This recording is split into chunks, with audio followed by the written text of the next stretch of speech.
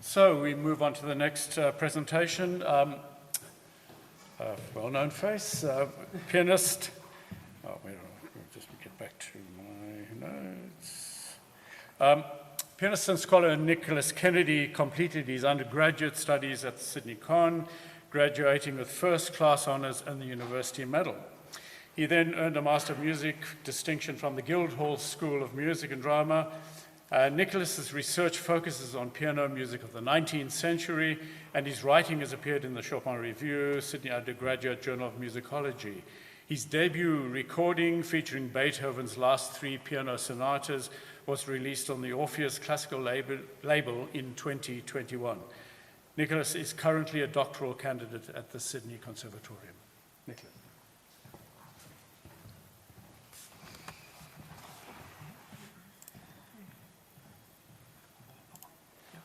I'm just going to do a very, very quick sound test, just make sure we are getting sound, just so we don't have any surprises. Yeah, we are. Glory be. Alrighty, slideshow from Garrett's slide.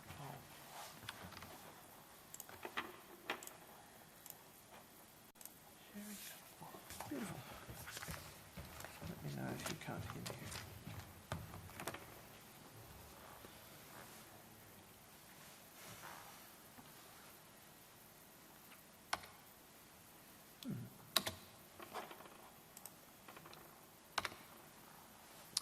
The relentless figuration of the first movement, in which Beethoven expressed life's hard struggle, should be chiselled out with steely fingers, while the arietta, which represents the transcendental, should be played with a touch so dematerialised as to not to seem to be of this world.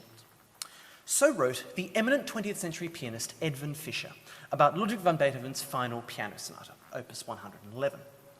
Poetic words, no doubt, and inspiring for the pianist battling with Beethoven's hefty demands. But given this is a piece of instrumental music, entirely without words or a programmatic paratext, the narrative purchase which Fischer ascribes to the sonata might seem to make for some big claims. Yet there were plenty of precedents for Fischer's interpretation in the 19th century. For instance, in 1891, the pianist, composer and conductor Hans von Bülow characterised the 2 contrasting movements of Opus 111 as Sansara and Nirvana.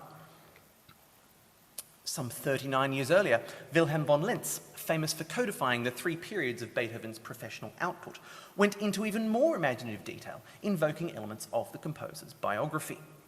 We can report that Beethoven composed this sonata in the premonition of his imminent end, uttering the prophetic words, "So fate knocks at the door." The entry of the arietta which follows is the rustling of an Aeolian harp, the voice coming from on high, the holy mountain which elevates the just to the acclamations of the celestial host, from where, one last time, he will embrace the world which he leaves forever. Significantly, the notion of Opus 111 as a musical testament to life, death, and the afterlife existed in the composer's own lifetime. Writing in 1824, the influential critic Adolf Bernhard Marx had this to say: Beethoven, having died, had appeared to humanity in the form of a gigantic spirit, which announced, "You never recognized me. Observe, this was my mighty life. These pains have purified me. These rays of hope from Elysium, these sounds from the blessed years of youth have strengthened me and nourished my timid heart. And now I die." What makes this all the more striking, of course, is that Beethoven wouldn't actually die for 3 more years after these words were penned. So clearly, for Marx and others, the quasi-existential content of this music was so potent as to not only invite biographical explanations, but overreach them. If 19th century commentators were poetically ambitious, shall we say, in their written descriptions of Opus 111, evidence suggests that their performances were similarly daring, taking what would by today's standards seem to be tremendous liberties with the score notation. A comprehensive study of 19th century performance practice is a topic for another presentation, but just have a look at this performance advice which Hans von Bülow provides in his edition of Opus 111. Writing about the second subject in the first movement exposition, where initially no change in tempo is marked, Bülow recommends that the whole short episode can be perceptibly broadened, so that the hearer may receive a permanent impression from the contrast. Then, at the beginning of the development, Bülow has this to say: "It's perfectly justifiable if the player shall have accelerated the movement at the close of the first part, that is, the exposition. Let him only be careful to allow the original tempo immediately re-enter, both at the repetition of the first part and also especially at the beginning of the second part, the predominantly reflective character of which requires great stateliness." Now, a totally metronomic interpretation of this movement is unlikely to be convincing in anybody's books. Are you right, Lee? Yeah. Okay, good. But it's fair to assume that the kind of really flexible tempo to which Bülow refers would quite likely seem very striking to some modern ears. Yet, as scholars such as Clive Brown, David Hyun-Soo Kim, and Neil Perez da Costa have convincingly argued, such freedom of tempo was paralleled by a range of other expressive devices in 19th century performance practice, including but not limited to pianists playing the hands deliberately not quite together, unnotated chordal arpeggiation, rhythmic alterations, and so forth, all of which supported a very personalised response to the score, which perhaps isn't always as much in evidence today. At any rate, the tradition of... Actually, I'm just going to hide this because it's getting in the way of our slides. 1 second. Ha ha ha. At any rate, the tradition of poetic readings of Opus 111 continued in force into the 20th century.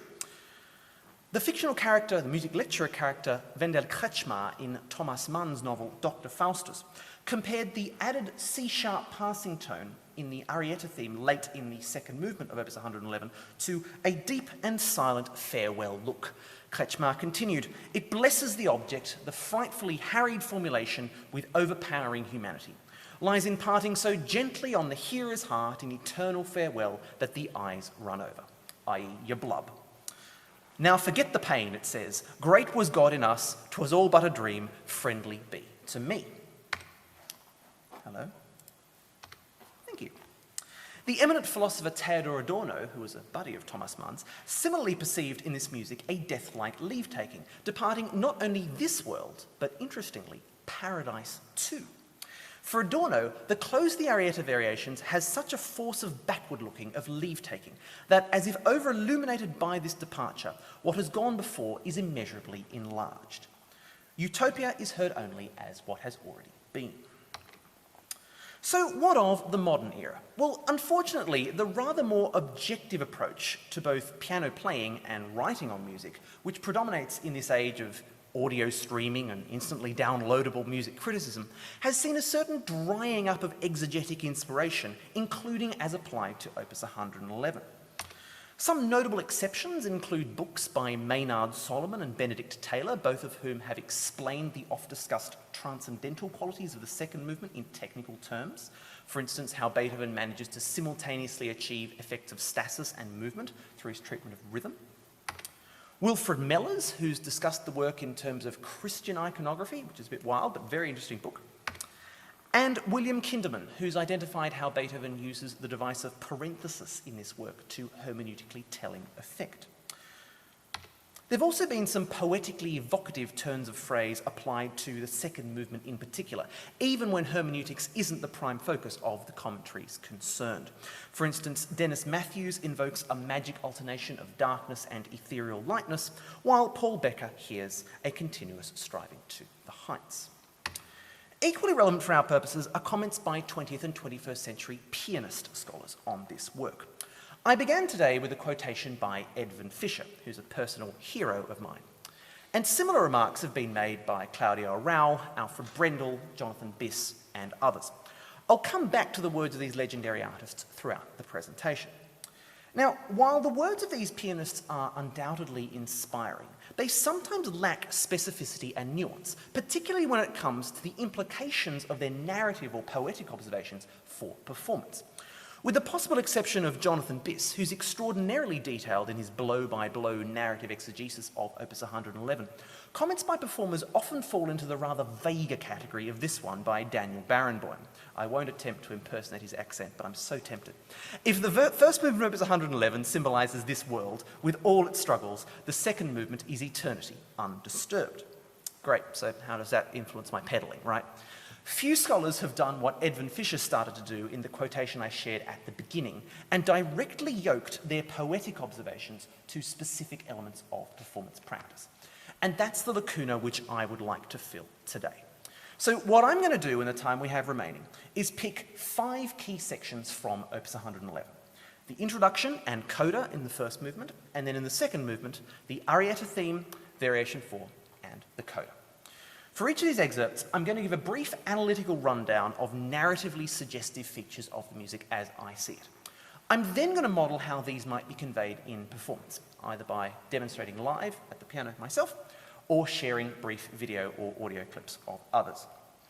The goal of my presentation is to document how embracing the unabashedly poetic readings, narrative readings of music that were all the rage in the 19th century can inform not only the spirit, but the details of performance in 2022. So let's get into it. Let's begin by starting by talking about the first movement of the Sonata Opus 111, and specifically the introduction. This music is rich in topical references, invocations of musical styles with an established extra-musical significance. The most obvious of these is the French overture style, characterized by double-dotted rhythms, a slow tempo, and simple quadruple time. Overtures tend to precede larger works, like an opera or something. So were we to interpret this music narratively, we might read into it the sense of a dramatic event being foretold. Underscoring that, of course, is the fact that, as we later find out, we're dealing with an introduction here, which was actually quite a rare feature in First Viennese School piano sonatas. Besides the French overture, this introduction also invokes the ombra topos, the catonic style, used, for instance, in the overture to Mozart's Don Giovanni. The ombra topos was characterized by sudden, shocking changes of dynamic texture and articulation. Just look, for example, at how the first couple of bars here shift abruptly from forte sforzando to piano, and just as abruptly back again. The last topical reference to which I'd like to draw your attention is the funeral march style, which basically combines all the French overture elements with the darkness of the minor mode. Now, admittedly, the volatility of this introduction isn't intuitively consistent with a funeral march. Funeral marches tend to be rather more subdued affairs. Even so, the topical connotations of this introduction, presaging something, being frightening, and being deathly, considered together, are hard to ignore. In narrative terms, we might imagine a death sentence. What's more, the harmony is hermeneutically telling. The sequence in the first 5 bars is based around 3 diminished seventh chords.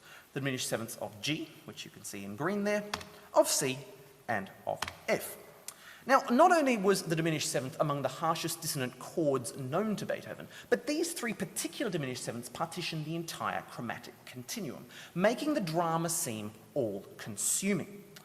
Also, harmonic resolution becomes progressively further out of reach over the course of this opening.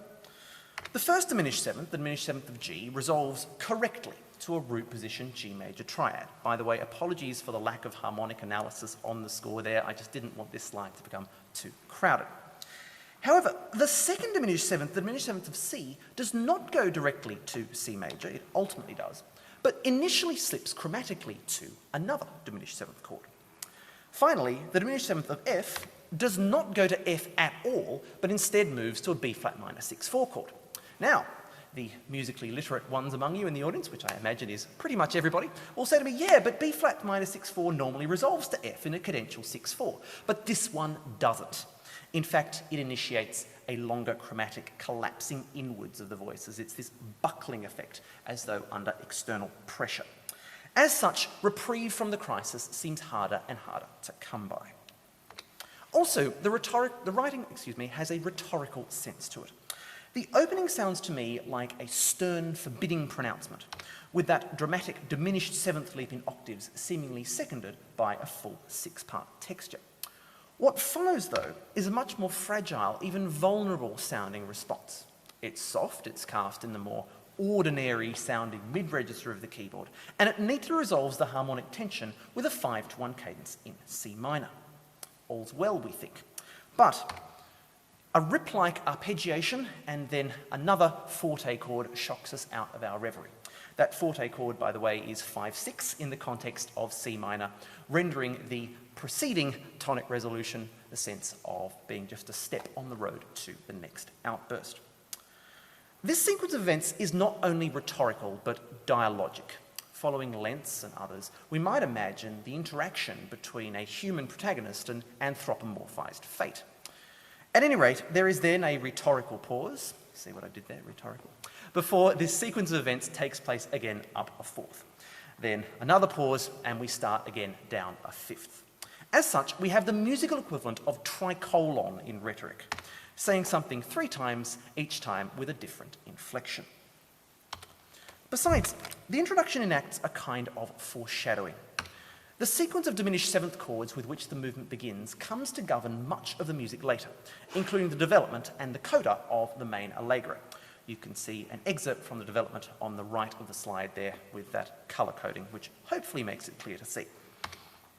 Also, the melodic line first heard in bars 12 to 13 of the introduction, moving from the dominant note to the tonic and then sinking back down to the leading note, closely resembles the head motive of the main allegro. Finally, the written-out trill with which the maestoso introduction ends not only foreshadows the beginning of the allegro, but emerges organically into it. In this regard, the even more acute drama of the allegro seemed completely inevitable when it happens. As Lenz would say, fate knocks at the door, and shortly thereafter it rears its ugly head. So what might be the consequences of all this performance? Well, firstly, I believe the performer needs to embrace the danger of that opening diminished seventh leap. In fact, there are 3 of them in octaves as written. These are often redistributed into 2 hands so as to minimize the risk of wrong notes, but I feel the physical struggle has an expressive value. It confers a sense of danger. Also, I'd suggest that the contrasts of dynamic and texture in this introduction need to be not only executed, but characterized. So I don't just want loud and soft. I want fate and man or something like that. So a really weighty forte played from the shoulder, and then the piano chords from the fingers, drawing the sound gently out of the piano, delicate and vulnerable sounding. In similar vein, the dialogic rhetorical sense of this opening can be brought out by making sure there are good spaces between the phrases, at least as long as the rest's marked, and possibly little breaths between the forte and piano components of those phrases as well. One might also highlight the rhetorical tricolon by making each of the first 3 phrases slightly more intense. Finally, I think the performer can really show those elements of this introduction which directly anticipate features of the allegro. Whether that's voicing the 5, 6, 7, 8, 7 line I mentioned before, or adjusting the tempo of the trill in the last bar of the introduction such that the sense of evolution into the allegro is inevitable. Specifically, I, like many other pianists, hike the tempo in the last bar of the introduction, bar 16, so that the demi-semiquavers in bar 16 equate exactly to the semiquavers in bar 17. So there's a doppio movimento relationship. I know this is not strictly what's on the score, but personally I haven't found a way to play this introduction convincingly at a tempo that's exactly half the allegro. So this seems to be the best solution for now. That is quite enough talking and not nearly enough playing, so I am now going to demonstrate for you the introduction to the first movement of Opus 111, which you can see on the slide, and seek to demonstrate these things.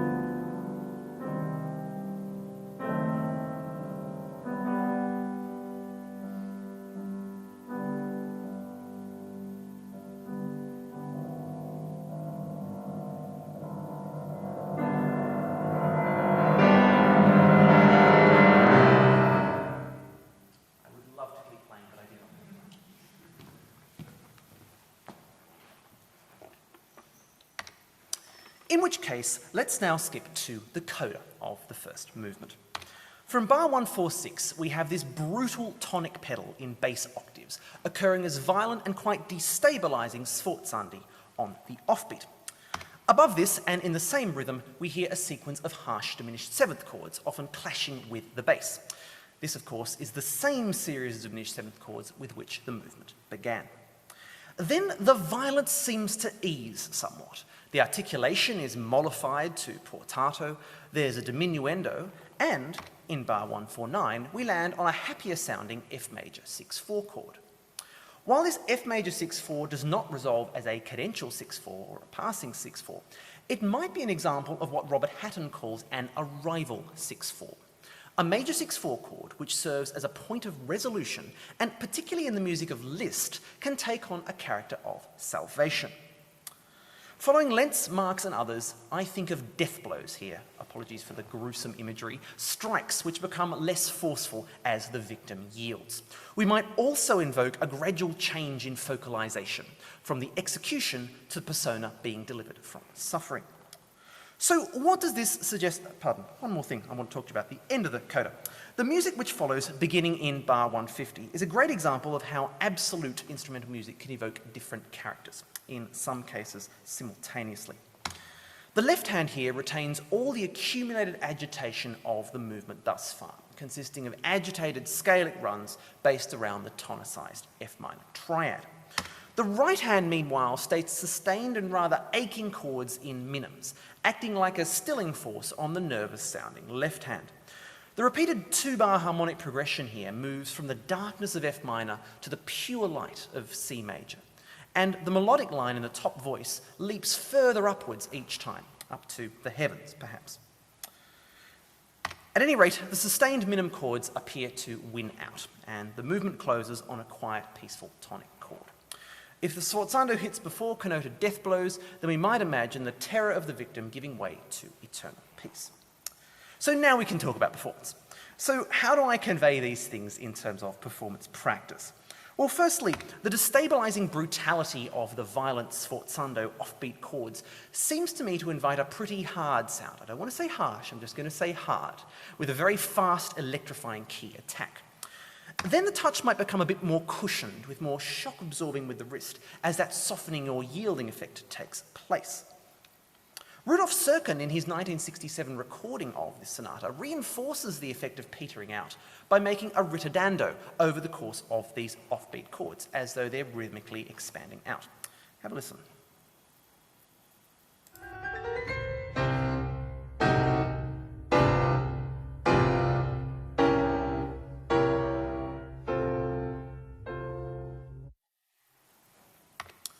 Next, the agitated left-hand scalic line requires clear finger articulation, resisting the smoothness of the sustained right-hand chords.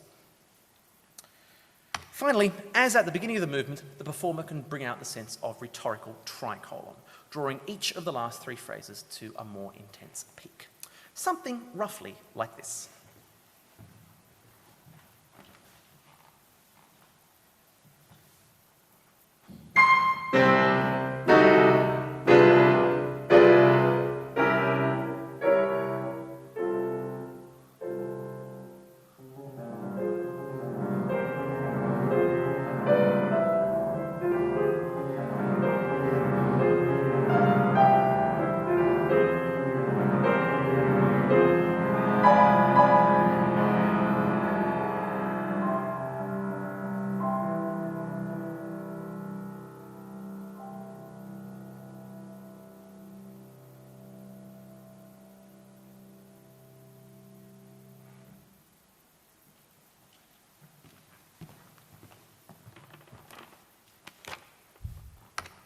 Just as the music does, let's now turn to the second movement of this sonata. The musicologist Robert Hatten has argued that the theme of this movement, the arietta, invokes what he calls a monumental trope, characterized by a hymnic or chorale-like texture, slow tempo and harmonic rhythm, primary diatonic harmony, and the static or timeless effect of chord repetition across bar lines. As such, we might have the sense of a profound, unshakable statement in this theme. The word of God, perhaps. In pianistic terms, monumentality should be pretty easy to figure out.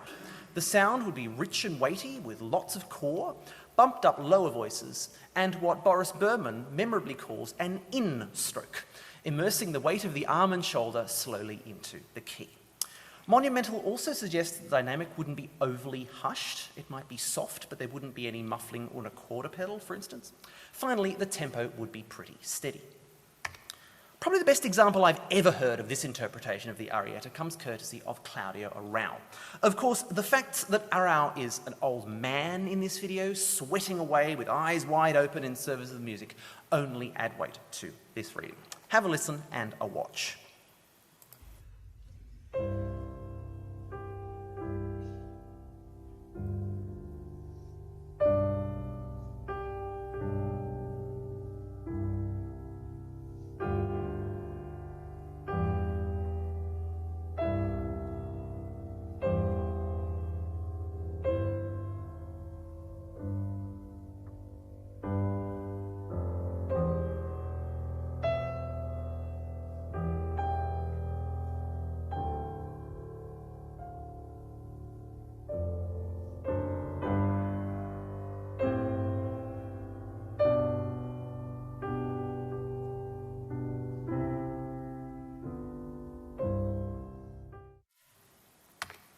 But that's not the only way in which the arietta might be interpreted. Another possibility, akin to Lenz's notion of a voice coming from on high, would be to hear the theme as decidedly less solid. Still a heavenly voice perhaps, but a more distant and ethereal one. After all, coming on the heels of the ferocious first movement, this simple diatonic music sounds angelically pure. As rich as the likes of Arrau might like to make the sound, and I confess that I also like playing this theme rather richly, the dynamic is nothing more than piano, notwithstanding a couple of hairpins, which, by the way, scholars such as David Hyun-Soo Kim would argue pertain as much to tempo and rhythm as they do to volume. The time signature 9/16 confers a special flow or lilt, resisting squareness or hard edges. And the marking molto semplice e cantabile arguably implies a certain innocence rather than a weighty profundity. For this reading of the arietta, I'd suggest that the una quarta pedal should definitely be used to muffle the sound and make it appear more distant, more disembodied, a P tending towards PP. The tempo could be more flowing or freer, and the colour could be more ethereal, less depth of touch perhaps, and less bass in the balance. This approach, admittedly without the fluid tempo, is demonstrated by Alfred Brendel.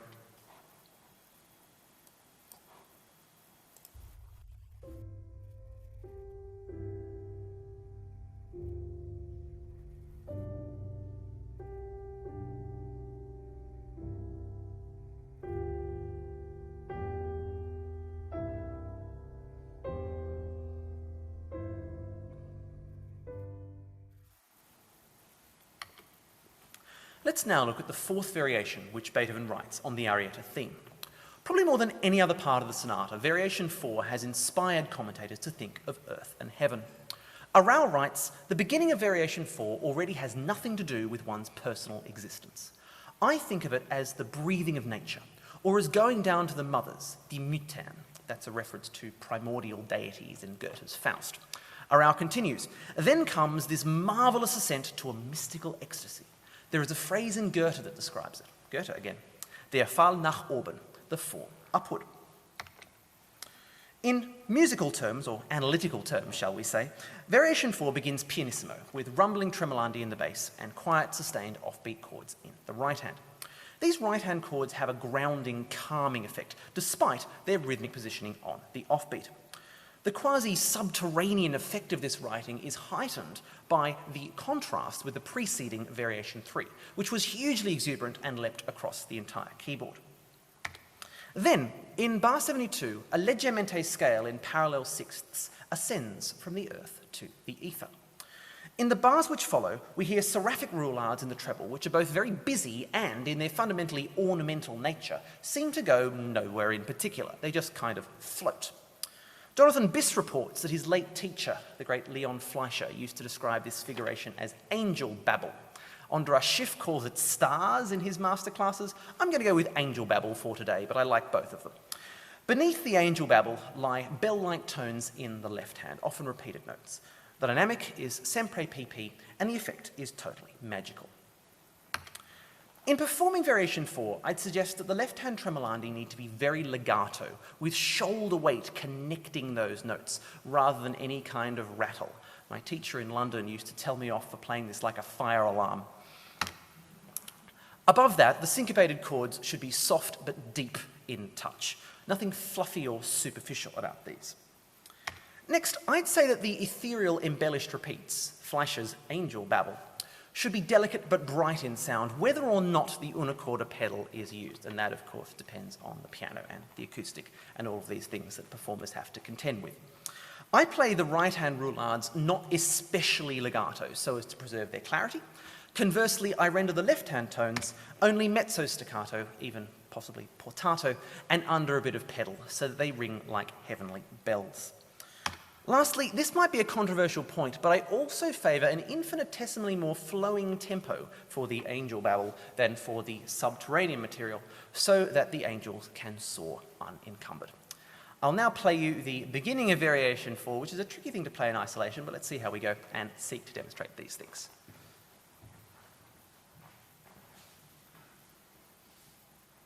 I'll give you half a bar of Variation 3 to start.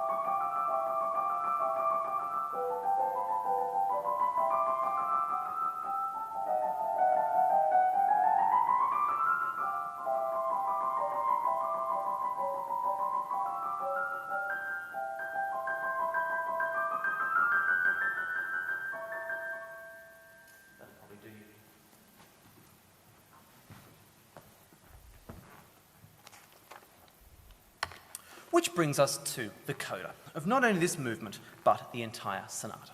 Once again, the epithet celestial comes to mind. As you can see on the slide, here we have continuous seraphic trills on a dominant inverted pedal, moving between the top and the middle voices of the texture as though reflecting glints of light. These trills seem as if they could really go on forever. The register is once again mostly high, although the cimbalom-like figuration in the left hand does jump lower in the piano at times. Beginning in bar 172, undulating figuration in demi-semiquavers, much like the angel babble in Variation 4, ascends to the very top of the piano before cascading back down again. This seems to encapsulate the emotional journey of the entire sonata. For the eminent Beethoven scholar Maynard Solomon, the coda recapitulates the sonata's descent to the depths and its now untrammeled ascent to a place where discrepancies of height and depth are no longer an issue. Then, in bar 175, the original arietta head motive returns forte, sounding richer than ever in a lowish register and with the experience of the movement, sort of the lived experience behind it. Finally, in the very last two bars of the piece, this motive is inverted, bringing the movement full circle. So previously the motive went from tonic to dominant, now it goes from dominant back to tonic. This brings about a kind of closure, yes, but it also invites a cyclical continuity. But much like the theme of this movement, this isn't the only way in which the coda might be interpreted. If the trills were celestial, then we might hear the extended descending scale in bar 174 as bringing us back down to earth. That would make the quiet, low conclusion of the sonata an earthly ending. Indeed, a mortal ending, perhaps death. After all, the last chord is not sustained for eternity, but gives way to a rest, leaving the listener with silence. In fact, several commentators have heard this coda not as opening up access to heaven, but rather as closing it off. For Benedict Taylor, we can no longer return to Arcadia. The gates of paradise are barred and the cherub stands behind us. Jonathan Biss, reporting his own first experience of listening to Opus 111 as a kid, has this to say: I heard one faint C major heartbeat, then a second, then a third. I waited for a fourth, it never came. I had heard a death. So that's all very helpful. We've established that the coda seems to promise celestial continuity and/or its implied earthly conclusion. How does one evoke such things in performance? Well, firstly, I feel the seraphic material should be rendered with a very delicate, clear sound, very much from the fingers rather than the bigger, weightier playing mechanisms. Then, when the arietta theme comes back, it should be played with a much richer colour, using all the weight of the arm and the shoulder. You need great creamy legato here, like pouring hot chocolate from one note to the next. One interesting question to consider is what to do with the last chord. Do we do exactly what the score says and cut it off after a quaver and potentially risk the ending sounding a bit abrupt? Or do we do what the likes of Brendel do and be very naughty and sustain that chord for longer than its notated value, possibly as the culmination of a ritardando beforehand? The answer, I believe, lies in whether closure or continuity is what the performer is trying to convey. I personally favour the latter and hence stretch that last chord out. I'll now play you the coda of the second movement of Opus 111 in what we might call the eternal continuity interpretation.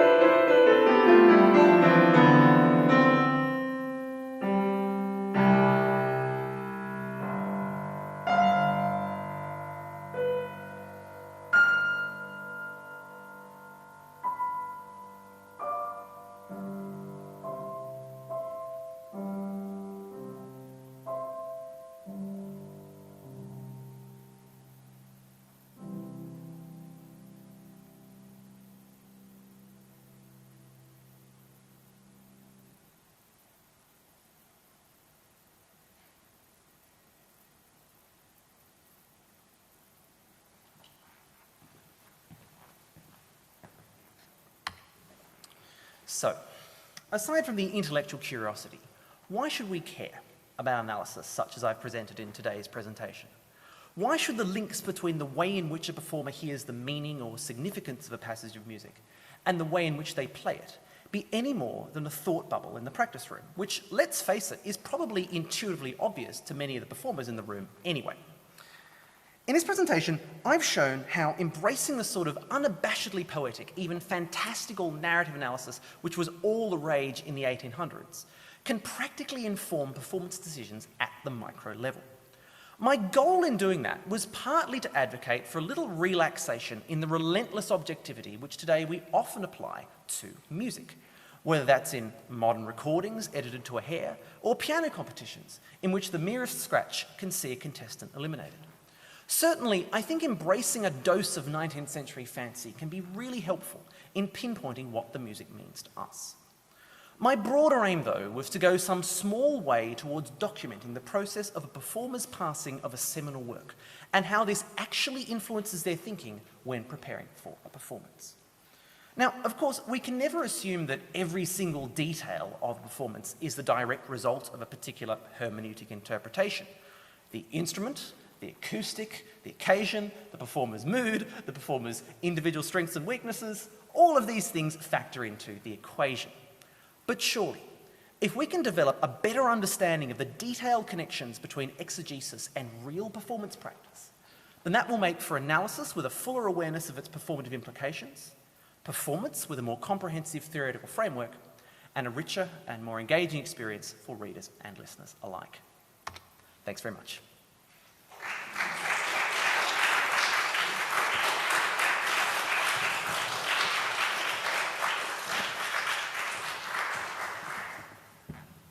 Thank you, Nicholas. Boy, there's a lot packed into that presentation. Fantastic, really brilliant presentation. Let's open it up. Questions? Yes. Well, thank you, Nicholas. Fantastic presentation. And you might guess what I might be talking about now. So you use the modern piano as your vehicle, for one part of it. But have you, at any point in your work, have you discussed or maybe possibly considered the pianos of Beethoven's time, moving away from a more homogeneous sound world and an evened out colour that you get on a Fazioli or Steinway or any modern piano to the more kaleidoscopic effect that you might get on a early 19th century piano with multiple pedals and tuned in an unequal temperament?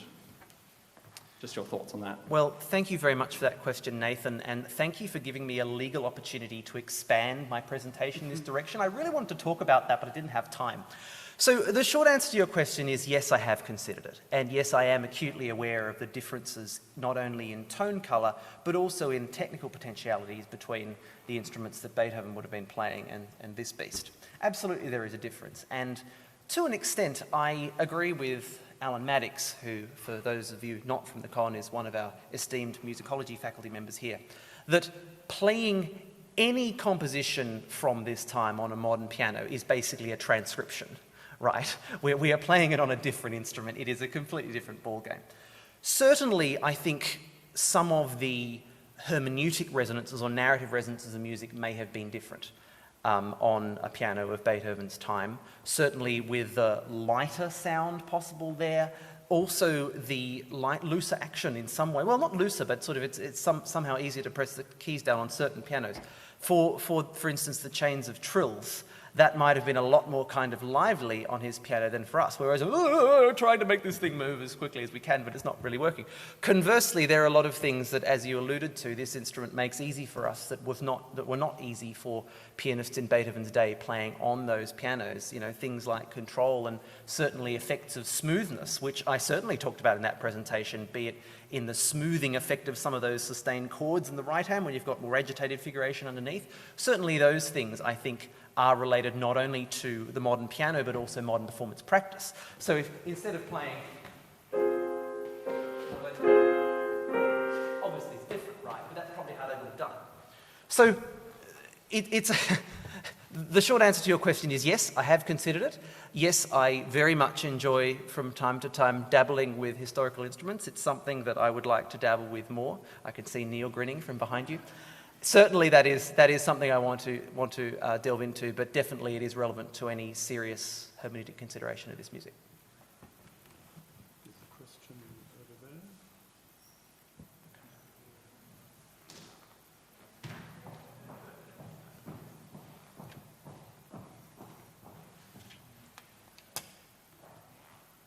Thanks very much for the presentation. I just have a couple of questions because you've offered a few different interpretations of each section, and you mentioned about the piano competitions, and you've recently done a recording. So, in terms of changing musical programming, like how do you see these different interpretations? You know, who you've shown they're performed by some of the big players who we're all told to emulate when we train on the piano.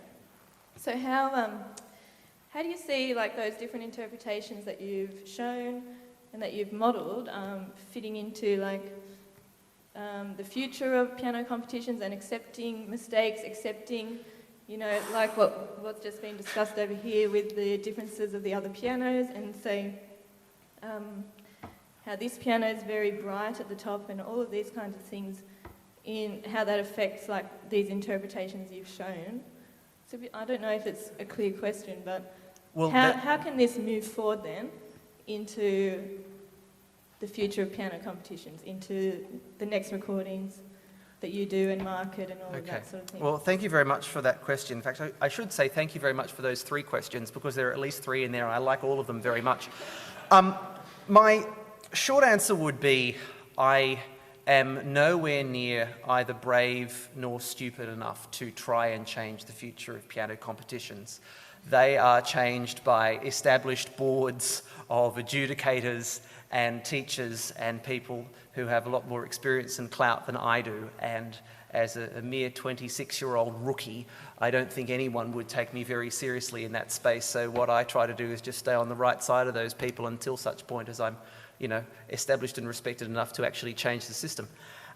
In terms of the future of music in general, though, I would suggest that what I have presented today is not really about changing the future of music so much as better understanding the way musicians have worked and thought for hundreds of years. And in doing so, that will just give us more information. And more information is normally a good thing in any sort of scholarly work. I mean, you could argue that it can be confusing, but in general, we like more information. That's why we do research. And yeah, I see the contribution of this work not as changing the world, but rather as understanding the world better. And understanding, okay, this is how, you know, pianists think. Because one of the things that I have noticed as an emerging researcher and performer in this field is that there's often this very unhealthy and arguably quite toxic divide between scholarship and performance, where, you know, oh, I'm a musicologist, I write things and I present things. Oh, I'm a performer, I play and I don't write. And I think that can actually be quite damaging in many ways, because you would think that the best performers know their pieces inside out, and they've done, you know, Schenkerian analysis of their piece, they've done hermeneutical analysis, they've done historical analysis, they've done historiographical analysis, all these sorts of things, right? And conversely, you would hope that the best scholars have an understanding of actually what it means to either play this music or listen to it in the concert hall. And please don't misunderstand me. I'm not suggesting that that's not at all the case. Certainly, I think the best of both camps do fit that description. But I think it's really just about understanding these connections between the disciplines better in a way that I feel will be fruitful for both. Okay, thanks.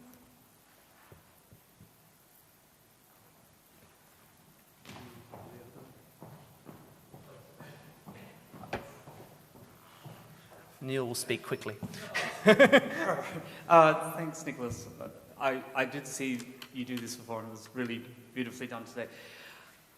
Along the same lines, but maybe more about your own personal journey and creativity. What has changed for you?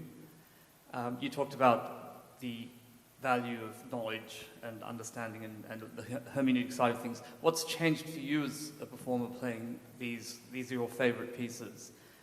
I don't in the pick last favourites. 2 years or 3 years of doing this work, how's it changed for you? It's a really interesting question, Neil, and the short answer is it is something that is always changing, it is always developing. I think I would be lying if I said that my performance strategy with these pieces, the last 3 Beethoven sonatas, is utterly revolutionized. You know, it's not like, oh, you would never recognize it as the same performer kind of thing. But I do think that there are details which perhaps I have a better understanding of the point beyond the notes, which in my view is what all musicians are striving for, or I think should be striving for. So, you know, it just makes you think, I guess, more imaginatively about the colours you're trying to convey and the risks that you take.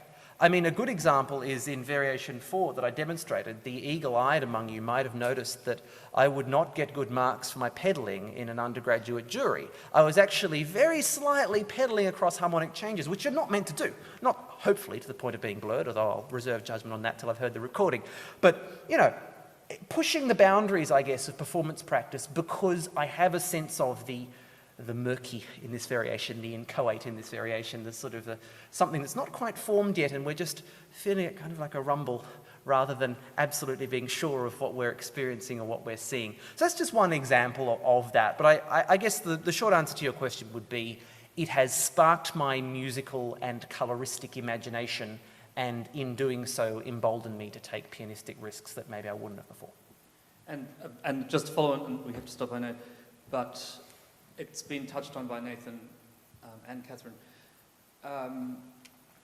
Your thoughts on, in terms of expanding all the practices that you did mention at the start and how they might come into your playing in the next part of your life.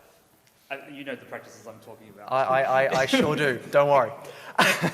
The short answer is absolutely, and these are things that, you know, I experiment with. I think one of the things that I personally struggle with, so just to clarify for others in the room, Neil's talking about historical keyboard practices such as rolling chords when it's not marked, such as making fluctuations or flexibility in tempo which are not notated, things which perhaps, speaking of piano competitions, might get you chucked out in the first round, but, well, maybe not a historical piano competition, well, actually some of them too, but which back in the day would have been absolutely what was expected and what was done. The short answer is I certainly experiment with these things, and as you would hear in my recording from last year, I integrate these elements from time to time. One of the things I personally struggle with is finding, I guess, a lexicon of performative choices which is internally coherent and convincing. And one of the things that I often find is if I'm going to play a piece like this in a historical style, I have to play it all in a historical style. If I do some passages like that and other passages not, it's sort of, the reasonable listener would be sort of going, yeah, why? You know, did you have a memory lapse? Did you forget? So I think one of the things that I want to keep working on, certainly as my doctorate nears its final stages, but also, you know, into the future as a developing artist, is the ways in which I can integrate those practices along with some more modern styles, because I see merits in both of them. And as I say, one of the things that I do find tricky is the kind of piecemeal or mishmash version, and that's sort of what I was trying to avoid. So today, you know, I'm happy to put my cards on the table and say, I played that modern, by and large. I mean, you know, I might have pushed some hairpins or something, but by and large, I played it in a modern piano style. But that's certainly not to suggest that I don't have sympathy and convincing by the alternative. I have one final question. Please. In terms of historical performances and going back, I know I was lucky enough as a young singer. I had an older brother who was a singer, so I grew up listening to all the great singers of the early, middle 20th century. And then I remember going to train further and a teacher saying to me, you've been listening to so-and-so, and you're imitating. And we've always had this debate, I know amongst my colleagues in the vocal area, where, you know, we complain and bitch about the students today not having any awareness of the tradition of the great, you know, performers in the past. Whereas, you know, you can get hold of all, you know, any number of recordings. And I was wondering, in your sort of training and, you know, sort of philosophy of education, where do you see that balance between, you know, I love that question. I love that question. That's a question I could talk about for ages. I would reject out of hand the premise that listening to an older artist automatically makes you copy. I think that performers have a little more agency than that.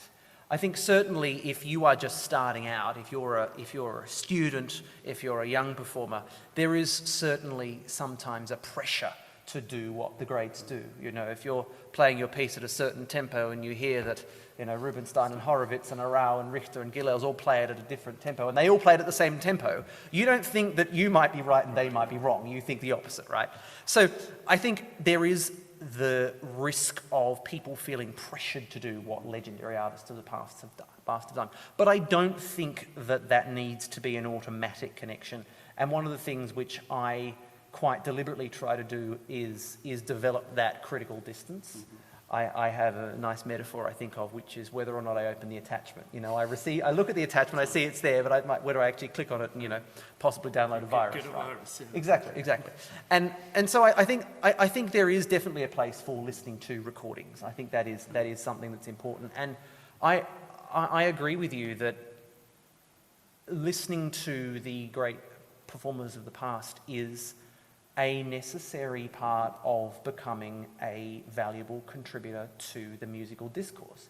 Because the way I like to think of it is the parallel with research, right? If you went and submitted a PhD thesis with no sources, you probably wouldn't get your PhD, right?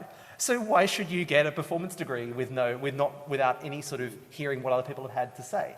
And that's the thing. So I think it's completely imperative and also very inspiring. I mean, you know, even last night I was you know that coda with those trills was one of the most technically difficult things, certainly in my active repertoire. I'm sure there are harder things in the repertoire, but in my repertoire it's one of the hardest things. And I was just struggling away playing these trills and rhythms and, you know, driving people at home absolutely spare. And I thought, I need some inspiration. I just turned on Schnabel on YouTube, and it was just, you know, it was just from another planet. It was really, you felt like there was this voice from heaven, and the sort of the timbral differentiation between the voices of that texture was completely unbelievable.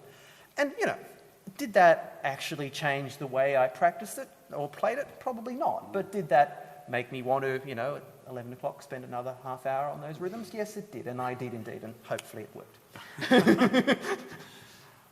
I think we have run out of time, so I'd like you to thank both our presenters for fantastically inspirational presentations. Thank you.